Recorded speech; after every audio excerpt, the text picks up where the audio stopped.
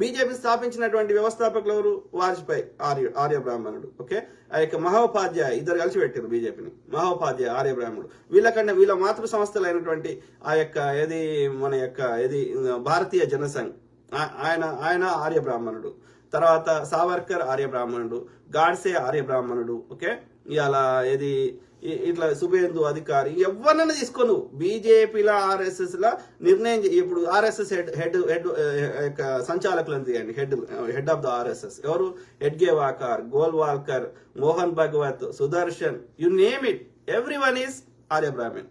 Elections ఉండవు. Okay, అంటే ఏం చెప్తున్నా, బీజేపీ ఆర్ఎస్ఎస్ నడిపిస్తున్న వాళ్ళంతా నిర్ణయం చేసే కింద రోడ్ల మీదకి వచ్చి జంబికత్తి పట్టేటోళ్ళేమో బీసీ పొరగాను, రెడ్డి పొరగాను. ఎందుకంటే వాడు బిర్యానీ ఇస్తా అంటే వాడు వాడతాడు. కానీ నిర్ణయం చేసే వాళ్ళందరూ మీరు చూడండి, including any leader. Okay, Sushma Swaraj బ్రాహ్మణ్, ఈ యొక్క పేరు కంగనా రనౌత్, నువ్వు వెనకడ పోతే ఝాన్సీ లక్ష్మీబాయి, ఇట్లా ఎవరినైనా తీసుకోను. అంటే బ్రాహ్మిన్స్ మొత్తం ఈ యొక్క ఆర్య బ్రాహ్మిన్స్, ఈ దేశ మూలవాసులు కాని వారు ఇలా మనని మొత్తం ఈ యొక్క నాశనం చేస్తున్నారు, అన్ని వ్యవస్థలను నాశనం చేస్తున్నారు. వాడు చెప్పిందే కరెక్ట్, వాడు చూపెట్టిన సినిమానే కరెక్ట్.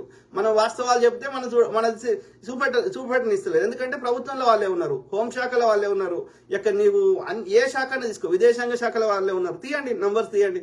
Everybody is Brahmin. అంటే బ్రాహ్మణుల రాజ్యం నడుస్తుంది అప్పుడు, ఇప్పుడు, ఎప్పుడు అనేది మనం ఇక్కడ గమనించాల్సిన అవసరం ఉంది. అట్లా సెన్సార్ బోర్డులో కూడా ఈ బ్రాహ్మణులే ఉన్నారనేది మనకు అర్థమవుతుంది.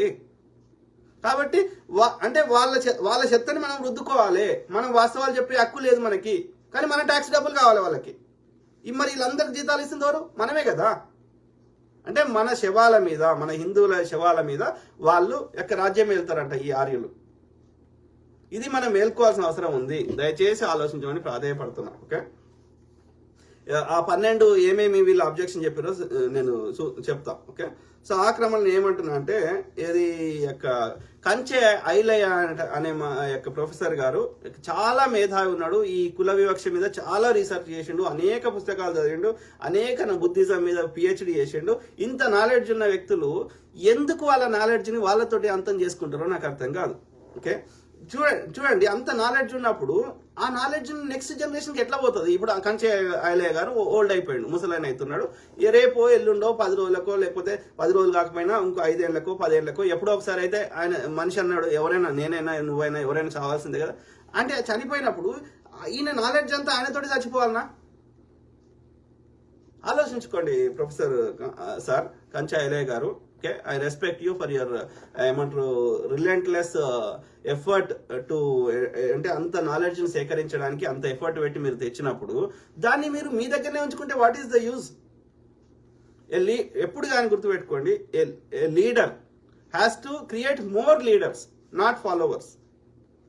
అప్పుడే ఆ వాదం ముందుకు పోతుంది. ఒక సద్గురు అంటే ఆయన ఇంకా 10 మంది సద్గురుని తయారు చేసే శక్తి సద్గురుకు లేదు, ఎందుకంటే ఆయన సిద్ధాంతం లోపం ఉంది. కానీ ఒక బుద్ధుడు 1000 మంది బుద్ధులను తయారు చేశాడు. అప్పుడే బుద్ధిజం నిలబడుతుంది. అర్థమైందా?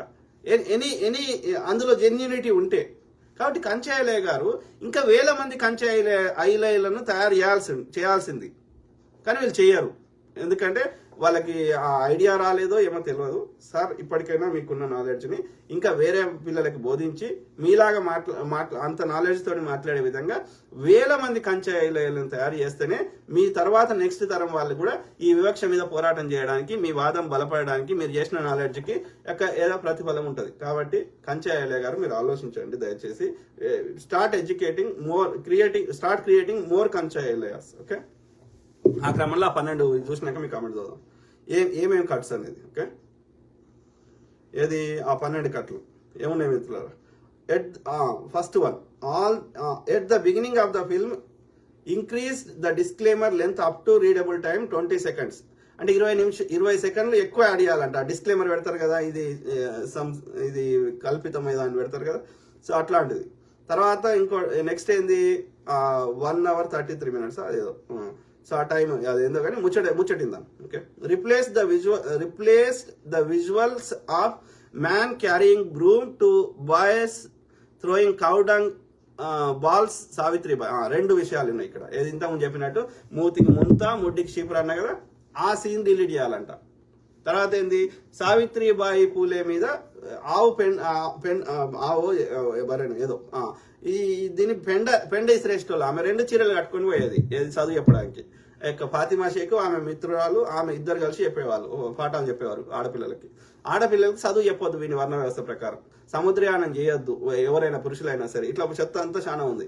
అందులో వీళ్ళు చదువు చెప్తున్నారు. ఈ బ్రాహ్మణులకు సిద్ధాంతానికి వ్యతిరేకంగా వాళ్ళు చెప్తున్నారు కాబట్టి, రిఫార్మ్ చేస్తున్నారు కాబట్టి, అది వాళ్ళ యొక్క ఆధిపత్యాన్ని పోతుంది కాబట్టి, వాళ్ళ సిద్ధాంత వాళ్ళ కాబట్టి ఆమెను ఇబ్బంది పెట్టడం స్టార్ట్ చేశారు. ఆమె పోతుంటే ఆమె మీద పెండేసేటోళ్ళు. ఆమె ఏం చేసింది, 2 చీరలు కట్టుకుని పోయినాక అక్కడ ఒక పైద చీర తీసేసి లోపల ఇంకో చీర ఉంటుంది కదా, అట్లా పాఠం చెప్పి మళ్ళీ వచ్చేటప్పుడు మళ్ళీ ఇంకో చీర కట్టుకొని వచ్చేది. అర్థమైందా? ఇది చారిత్రక వాస్తవం. ఇదేమీ దాచే విషయం కాదు. కానీ ఇది చెప్పొద్దంట. చెప్తే ఈ బ్రాహ్మణులకు చెడ్డ పేరు వస్తుంది కదా. అంటే చేసేటి అన్ని లంగ పనులు చేయొచ్చు కానీ దాని వాస్తవాలు మేము చెప్పొద్దు.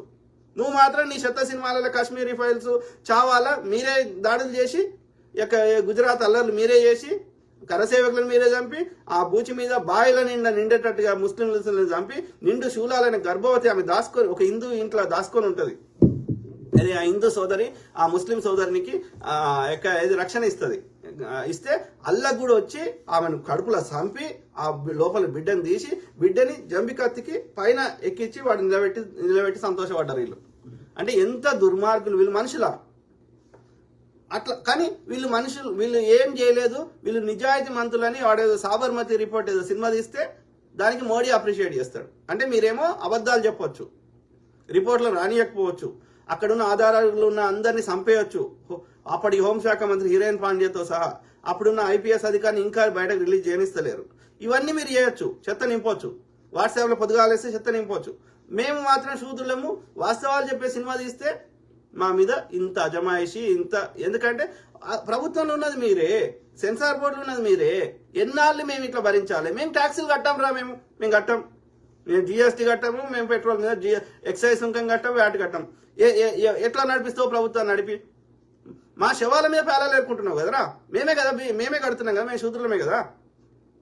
ఆలోచించండి, మేల్కోమంటున్నా. అందుకే అంటున్నా, బ్రాహ్మణుడు వేరు రాయ్యా, ఆర్యుడు వేరు. మన హిందువులమే ఎంతమంది చచ్చిపోయినా వాళ్ళకి 1% బాధ కాదు.